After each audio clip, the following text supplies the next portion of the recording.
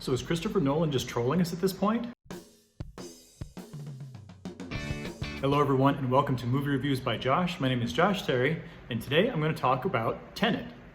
At least I'm going to attempt to talk about Tenet because, as you probably have heard by now, this is a movie that is complex, that is complicated, maybe I'll even say confusing. Okay, so towards the end of the movie, now I'm not giving anything away here, but I'm just kind of giving you my thought process here. Towards the end of the movie, it occurred to me that I wanted to use a descriptor for Tenet that is usually used for different kinds of movies. I almost want to call Tenet a turn off your brain movie. Now, when I usually use that kind of description, or when I hear other people just use that description, it usually seems like a situation where somebody's saying, well, this is kind of a crap movie. It's just kind of big and dumb and obnoxious, and you just have to turn off your brain and enjoy it. That is not what I am saying about Tenet.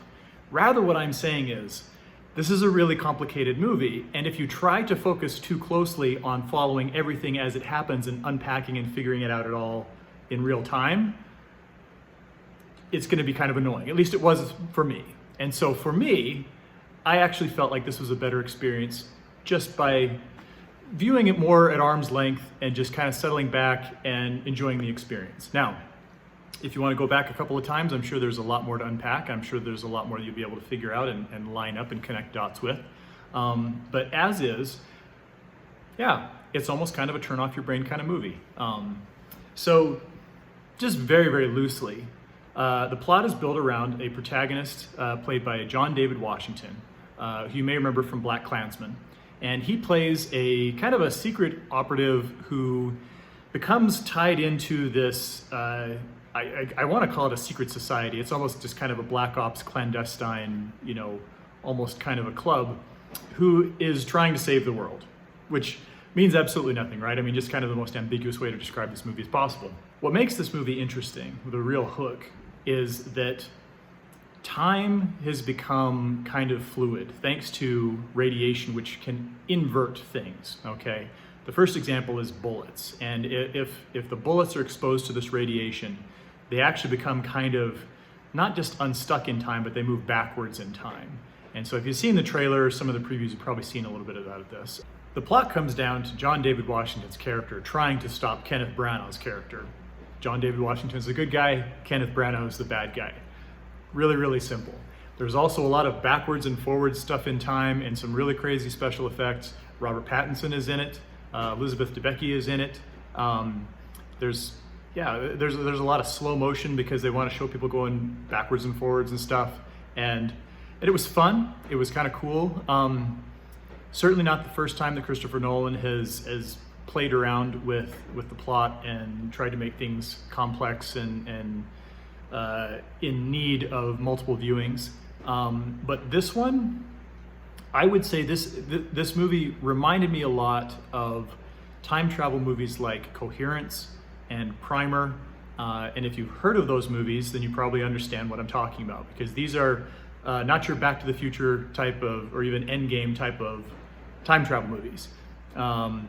They're trying to really kind of get into the minutia of the idea of what time travel would actually look like or be executed like. My gut reaction was that was a fun movie, that was good. I don't know exactly whether it checks out. Like if I saw it 3 or 4 times, if I'd start finding plot holes, it's very likely. Call me unprofessional, but I'm not going to watch this 3 or 4 times before making a review. But no, it is pretty fun. It's a solid PG-13. There's a lot of violence and action and kind of loud noises, some profanity, the obligatory F-bomb. Nothing too out of the ordinary, especially for a mainstream Christopher Nolan film. So overall, I'm going to give Tenet 3.5 stars out of 4, which is kind of ambiguous, just like this movie. Partially because I'm not entirely sure exactly of what I just saw, but also because I was slightly annoyed at the way that the soundtrack had a way of masking some of the dialogue, some of the important dialogue. Like I said, I mean, if you're following line by line and trying to track this movie exactly as it happens, it's going to be a challenge. It's going to be kind of frustrating, and so you kind of lean back, take it in, and enjoy it. But if you are trying to hear what the characters are saying, you get the sense that at certain points they're saying things that are important that you can't hear because there's a really loud booming soundtrack happening at the same time. So good movie. I enjoyed it. If you enjoy Christopher Nolan, I think you'll enjoy this. But there are things that I wasn't super crazy about, and I wouldn't put it at the top of my list as far as my favorite Christopher Nolan movies. So what's your favorite Christopher Nolan movie? Do you like his more mainstream stuff, or do you like the stuff where he starts really playing around with the timelines and throwing twists at you? Leave your answer in the comments below. So thanks again for watching. This has been Movie Reviews by Josh. My name is Josh Terry. I would love it if you'd subscribe on your way out and keep your notifications on so you can see our new videos as soon as they're posted. And have yourself a great day. Or maybe tomorrow, or maybe the day before, because who knows what order they're going to come in.